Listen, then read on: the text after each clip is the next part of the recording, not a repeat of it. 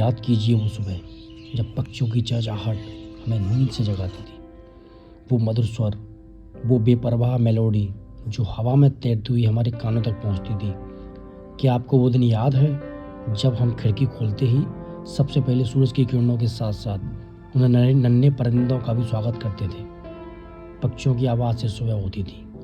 ये सिर्फ एक वाक्य नहीं है, ये एक एहसास है, एक एहसास जो हमें प्रकृति से जोड़ता है। ये पक्षी हमारी दुनिया की शान है, मगर आज उनकी आवाज़ धीरे धीरे कम हो रही है क्योंकि हमने अपने फ़ायदे के लिए जंगल काट दिए, प्रदूषण फैलाया और उनके घर छीन लिए। उनकी मासूम उड़ान अब जंजीरों में जकड़ चुकी है। मुझे याद है बचपन में मेरे आंगन में गौरैया आती थी। उसकी छोटी चोंच और चहचहाहट मेरे दिल को खुशहाल बना देती थी। आज वो कहीं नहीं दिखती। क्या हमारी तरक्की ने उसे हमसे दूर कर दिया? ये सवाल मेरे मन में परेशान करता है।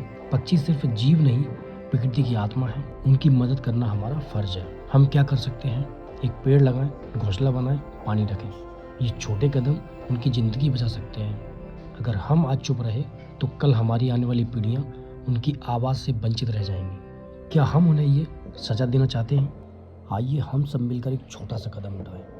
अपने घर में मिट्टी के बर्तन में पानी भरें और उसे पेड़ों पर रख दें। ये छोटा सा प्रयास न सिर्फ पक्षियों को प्यास बुझाएगा बल्कि हमें भी एक गहरी संतुष्टि देगा।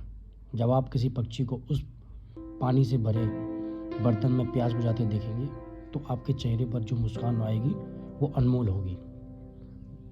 आप सब में वो ताकत है, वो करुणा है, बस उसे जागृत कीजिए।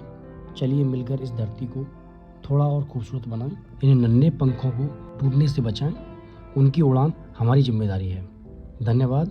इस वीडियो को दूसरों तक शेयर करें और पक्षियों को बचाने में अपना योगदान दें।